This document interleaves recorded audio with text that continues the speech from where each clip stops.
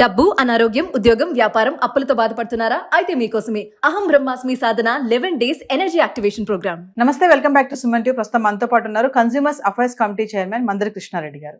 నమస్తే సార్. నమస్తే అమ్మా. సార్, అమెరికాలో ఉన్నటువంటి ఎన్ఆర్ఐస్ ఎవరైతే ఉంటున్నారో వాళ్ళకి ఈ ఉద్యోగ విషయాలలో డిస్క్రిమినేషన్ అనేది బాగా చూపిస్తున్నారని చెప్పేసి ఒక ఉదంతం అయితే నడుస్తుంది. ఒకసారి దాని గురించి మాట్లాడుకుంటే సార్. ట్రంప్ అధికారంలోకి వచ్చిన తర్వాత అమెరికన్స్కు మాత్రమే అవకాశాలు కల్పించాలి, ఇతర దేశాల నుంచి ఇక్కడికి వచ్చినటువంటి ఎన్ఆర్ఐస్ ఎవరుతున్నారో వీలైనంత వరకు వెనక్కు పంపించాలి, ఎవరైతే డబ్బు బాగా ఉందో లేదా వాళ్ళ దేశం నుంచి డబ్బు తీసుకొచ్చి ఇక్కడ ఖర్చు పెట్టగలుగుతారో అలాంటి వాళ్ళకి అవకాశాలు కల్పించాలి తప్ప ఇక్కడున్న డబ్బుని తీసుకొని పోయేటువంటి వాళ్ళని మనం వీలైనంత తొందరగా వదిలించుకోవడానికి ప్రయత్నం చేయడం మంచిదనేటువంటి దృక్పథంతో ఎప్పుడైతే ప్రెసిడెంట్ అలాంటి ఆలోచనతో ఉన్నాడో ప్రజలు కూడా, అంటే అక్కడ అమెరికన్స్ ఎవరైతే ట్రూ అమెరికన్స్ ఉన్నారో వాళ్ళు కూడా ప్రెసిడెంట్ ఆలోచనలకు అనుగుణంగా వెళ్ళేవాడు కొందరు ఉన్నారు. ఇప్పుడు ఎవరు లేకపోతే తను గెలిచేవాడు కాదు కదా. ఆ భావాలు ప్రజల్లో ఉండబట్టే అలాంటి భావాలు ఉండేటువంటి ప్రజల ఆలోచననే తను తీసుకొని దాన్ని ఇంకా కొంచెం బాగా ఎక్స్పోర్ట్ చేసేసి దాని బేస్ మీదనే అతను ఎలక్షన్లో గెలిచాడు. అంటే ప్రజల్లో కొంతమంది దాన్ని తీవ్రంగా ఖచ్చితంగా కావాలని కోరుకుంటున్నారు. సో ఎప్పుడైతే అమెరికన్ ప్రెసిడెంట్ ప్రతిరోజు దాని మీదనే డిస్కషన్ చేయడం, ఆ రకంగా కొన్ని వీసాలు రద్దు చేయడం, కొంతమందిని గతంలో ఉన్న చట్టాలని మార్చడం, ఒక రకంగా భారతదేశం నుంచి కానీ ఇతర దేశాల నుంచి కానీ అమెరికాకు రావాలనుకుంటున్న వాళ్ళను వీలైనంతవరకు ఆపడానికి ప్రయత్నం చేయడం, ఇట్లాంటివన్నీ జరుగుతున్నప్పుడు మా ప్రెసిడెంటే మాకు అవకాశం కల్పిస్తున్నప్పుడు మేమెందుకు వీళ్ళని సహించాలి? ఆల్రెడీ పనిచేస్తున్న వాళ్ళ మీద కూడా సూటిపోటి మాటలతో రకరకాల పద్ధతులతో వాళ్ళని అవమానించేందుకు ప్రయత్నం జరుగుతుంది.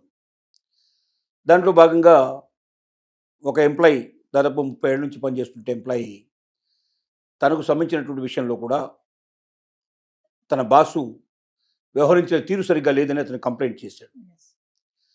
అలాగే ఒక వెజిటేరియన్ సంబంధించిన ఇండియన్ లేడీ తను ఆఫీస్ వాళ్ళు ఇచ్చినటువంటి ఏదైతే పార్టీ ఉందో ఆ పార్టీలో ఒక్క వెజిటేరియన్ ఐటెం కూడా లేకుండా మొత్తం నాన్ వెజిటేరియన్ ఐటెం తెప్పించినప్పుడు వెజిటేరియన్ ఐటెం లేదా అని అడిగినప్పుడు తను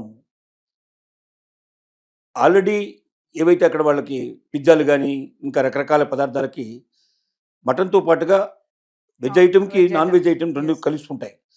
ఆ నాన్ వెజ్ ఐటెం తీసేసి వేరు చేసేసుకొని ఆ వెజ్ ఐటెం అని తినేచ్చు కదా దాన్ని అని చాలా నిర్లక్ష్యంగా అతను సమాధానం చెప్పడం లాంటివి జరిగాయి. అంటే ఏమవుతుంది, ఇక్కడ ప్రెసిడెంట్ ఆలోచనల ప్రకారంగా ట్రంప్ యొక్క విధానాలనే తమ ప్రజలు కూడా కొంతమంది అనుసరించేందుకు ప్రయత్నం చేస్తూ సాటి ఎంప్లాయీస్ను కూడా అవమానపరిచే విధంగా మాట్లాడడం ప్రయత్నం చేయడం, సూటిపోటి మాటలతో వాళ్ళని వీలైనంత వరకు తొందరగా వాళ్ళు ఇండియాకు వెళ్ళిపోయేటట్టుగా, అంటే వాళ్ళ దేశాలకు వెళ్ళిపోయేటట్టుగా చేస్తూ మా దేశాన్ని వదిలిపెట్టండి, మీరు మా దేశానికి పట్టినటువంటి శని లాంటి వాళ్ళు అన్నటువంటి భావన డైరెక్ట్గా కాకుండా ఇండైరెక్ట్గా వ్యక్తం చేసేందుకు ప్రయత్నం చేస్తున్నారు. ఈ డిస్క్రిమినేషన్తో పనిచేయడం చాలా కష్టం. వర్క్ ప్లేస్లో మనకు ఎన్విరాన్మెంట్ బాగుంటేనే, అందరూ సమానం అనే భావన ఉంటేనే మనం ఏదైనా పని చేయడానికి సులభంగా ఉంటుంది. మనల్ని సెకండ్ గ్రేడ్ పౌరులుగాను లేకపోతే అయిష్టతో కూడుకున్నటువంటి వ్యక్తులుగా మనల్ని ఉంటే పరిస్థితి ఏర్పడితే పని చేయడం కష్టం. ఈ రకమైన రిపోర్ట్లు బాగా పోస్ట్ అవుతున్నాయి, సోషల్ మీడియాలో పోస్ట్ చాలా ఎక్కువ జరుగుతున్నాయి. అంటే ఎక్కువ మంది ఇంతకుముందు చెప్పుకునేవాళ్ళు కాదు, ఇప్పుడు చెప్పుకుంటున్నారా, లేకపోతే ఈ మధ్యనే ఇవి ఎక్కువైనాయా అనేది కూడా రెండోది ఆలోచించాల్సిన విషయం. గతంలో కన్నా ఇప్పుడు ఇవి ఎక్కువైనాయి, ఈ డిస్క్రిమినేషన్ అనేటువంటిది ఎక్కువ జరుగుతోంది, ఎక్కువగా అవమానించేందుకు ప్రయత్నం చేస్తున్నారు, ఆ బాధ పడలేకన్నా వాళ్ళు వెళ్ళిపోతారేమో అనే పరిస్థితులు ఉన్నారు.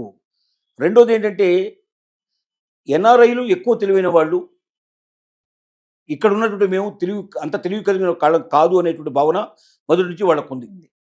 అందుకే వాళ్ళని అంతంత డబ్బులు పెట్టి ఇక్కడ తెస్తున్నారు, వాళ్ళని ఇన్వైట్ చేస్తున్నారు, వాళ్ళకి పెద్దపీట వేస్తున్నారు, పెద్ద పెద్ద ఉద్యోగాలు ఇస్తున్నారు. ముఖ్యంగా హెడ్ ఆఫ్ ది డిపార్ట్మెంట్స్ అనే వాళ్ళే ఎక్కువగా మంచి స్థానాలకు, ఉన్నత స్థానాలకు వాళ్ళు చేరుతున్నారంటే మన దగ్గర అంత శక్తి సామర్థ్యాలు లేవు అనేటువంటి ఒక రకమైన భావన వాళ్ళలో ఉంది. అది వివక్ష. వివక్ష అంటే ఏంటి? వాళ్ళు సరైన, అంటే వాళ్ళకి సరైనటువంటి తెలివితేటలు లేవు, బయట నుంచి వచ్చే వాళ్ళకి ఎక్కువ తెలివితేటలు ఉన్నాయనే భావనలో వాళ్ళు ఉన్నారు. కానీ అది వాళ్ళకి సహించలేని విషయం. మేము అమెరికన్స్మే, మా దేశానికి వచ్చి మా ఉప్పు తింటూ మా డబ్బులు తీసుకుంటూ మాకు లొంగి ఉండాలి, కానీ మాకన్నా గొప్పవాళ్ళు ఎలా అవుతారు, మాకన్నా మంచి పొజిషన్లకు ఎలా వస్తారు, మమ్మల్ని వాళ్ళు అధికారులుగా ఉండి మేము వాళ్ళ కింద పనిచేసే పరిస్థితి ఏమిటి అనేది ఉంది. అంటే ఒకవైపున ఆ తెలివితేటలు లేవు, కానీ రెండో వైపున దీన్ని సహించేటువంటి శక్తి కూడా లేదు. లేదు. ఇప్పటిదాకా ఎందుకు వాళ్ళు సహించారు అంటే దానికి తగినటువంటి ఎన్విరాన్మెంట్ రాలేదు. ఇప్పుడు ఆ ఎన్విరాన్మెంట్ వచ్చింది. దేశానికి అత్యున్నతమైనటువంటి వ్యక్తి ప్రెసిడెంటే తమను సమర్థిస్తున్నాడు, ఇలాంటివి ఉండకూడదని చెప్తున్నాడు. అలాంటి వాళ్ళని ఈ దేశం నుంచి వెళ్ళగొట్టాలని ప్రయత్నం చేస్తున్నప్పుడు మేమెందుకు కూరుకోవాలి? ఇప్పుడు మాకు మంచి అవకాశం వచ్చింది కదా, వీళ్ళని ఇంత తొందరగా అవమానపరిచి వీళ్ళ దేశాన్ని పంపించేస్తే ఇంకా మనం ఎక్కువగా స్వేచ్ఛగా ఉండొచ్చు కదా అనేటువంటి ఒక తత్వానికి, ఒక పరిస్థితికి వచ్చినట్టుగా ఈ మధ్య సంఘటనలు ఒకదానికొకటి తోడవుతూ కనబడుతున్నాయి. సో మామూలుగా చూసుకుంటే ఎన్ఆర్ఐస్ అంటే ఆల్రెడీ అక్కడ సెటిల్ అయిపోయి పెద్ద పెద్ద పొజిషన్లో ఉన్న వాళ్ళు ఉంటారు కదా, మరి ఇలాంటి డిస్క్రిమినేషన్ వస్తున్న టైంలో వాళ్ళ జాబ్స్ కూడా పోయే ఛాన్సెస్ ఎంతవరకు ఉండొచ్చు అంటారు? జాబ్స్ ఎవరికి పోతాయో ఇప్పుడు చెప్పేటట్టు పొజిషన్ లేదు. ఎందుకంటే ఆ జాబ్లో వాళ్ళు ఉండటానికన్నా ముందర జరిగేది ఇక్కడ ఏంటంటే అసలు దేశంలో వాళ్ళు ఉంటారా లేదనేటువంటి పరిస్థితి ఏర్పడుతుంది. దేశంలోనే ఉండేటువంటి ప్రశాంతమైనప్పుడు ఇక జాబ్ సంగతి ఏముంది నెక్స్ట్ చెప్పాల్సిన విషయం. కాబట్టి ఇక్కడ అందరి మీద ఇలా జరుగుతుందని చెప్పడానికి వీలేదు, కానీ కొందరి విషయంలో ఇది జరుగుతోంది. కొంతమంది అమెరికన్స్ దీన్ని అడ్వాంటేజ్గా తీసుకొని తమకున్న పాత కక్షల్ని, పాత ఆలోచనల్ని, పాత ప్రతీకారాల్ని తీర్చుకోవడానికి దీన్ని ఒక అస్త్రంగా ఉపయోగిస్తున్నట్టు మనకు అనిపిస్తుంది. తొందరలోనే కొంత ఏదో ఒక దానికి వస్తారు. అంటే ఎన్ఆర్ఐస్ పూర్తిగా అక్కడి నుంచి వెళ్ళిపోవడం కానీ, లేకపోతే ఉన్న ఎన్ఆర్ఐస్ సరైన భద్రత కల్పించి మళ్ళీ తిరిగి వారికి జవసత్వాలు వచ్చేట్టు పరిస్థితి తీసుకురావడం కానీ, రెండింటిలో ఏదో ఒకటి జరుగుతుంది. ఇది ఎంతకాలం ఇట్లా కంటిన్యూ అవుతూ ఉండడం చాలా కష్టంతో కూడుకున్న పని.